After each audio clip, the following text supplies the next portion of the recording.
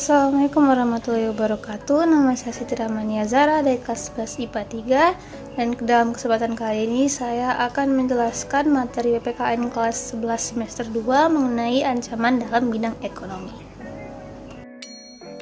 Ancaman dalam bidang ekonomi.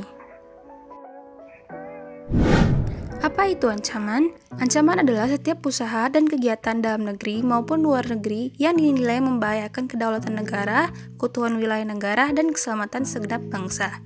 Sedangkan ancaman dalam bidang ekonomi merupakan segala jenis usaha dan kegiatan, baik berasal dari luar negeri maupun dalam negeri, yang dinilai mengancam dan membahayakan keamanan finansial serta pertumbuhan ekonomi nasional bangsa Indonesia. Ancaman-ancaman ekonomi di Indonesia bisa terjadi karena faktor-faktor berikut. Yang pertama, karena tingkat pendidikan yang rendah.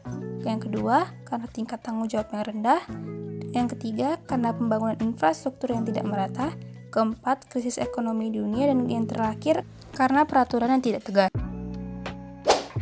Berikutnya, ini merupakan contoh bentuk-bentuk ancaman di Indonesia. Angka pengangguran yang tinggi, meningkatnya angka kemiskinan, korupsi yang merajalela, harga SDA yang jatuh di pasar dunia, angka ekspor lebih kecil dari impor, ekonomi dalam negeri yang dikuasai asing, dan distribusi yang belum merata ke seluruh Indonesia.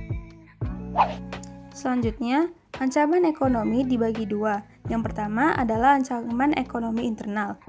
Ancaman ekonomi internal merupakan ancaman yang berasal dari dalam negeri. Ancaman ekonomi dalam kelompok ini bisa berupa inflasi, pengangguran, infrastruktur yang kurang memadai, kebijakan ekonomi pemerintah yang buruk, dan sebagainya. Yang kedua adalah ancaman ekonomi eksternal. Ancaman ekonomi eksternal berasal dari luar negeri. Ancaman ekonomi dalam kelompok ini bisa berupa ketergantungan yang tinggi pada pihak asing, gagal bersaing dalam era globalisasi, dan pasar bebas, kinerja ekonomi yang berupa pemberlakuan embargo, dan juga sebagainya. Selanjutnya adalah cara menghadapi ancaman dalam bidang ekonomi internal. Yang pertama adalah dengan cara pemerataan pembangunan infrastruktur. Yang kedua, dengan mendukung dan mengembangkan usaha wira swasta. Yang ketiga, dengan melakukan devaluasi. Yang keempat, dengan mengatur ekonomi yang terencana. Dan yang terakhir, dengan membuka lapangan pekerjaan.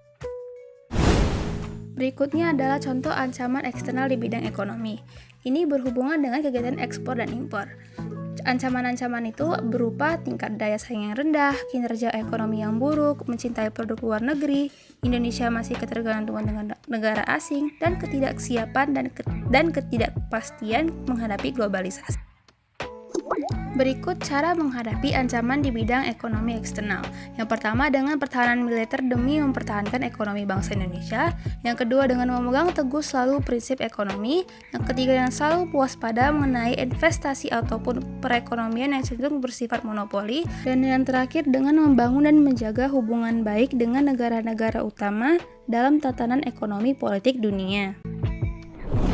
Sekian penjelasan singkat dari saya, kurang lebih yang mohon dimaafkan. Saya tutup. Wassalamualaikum warahmatullahi wabarakatuh.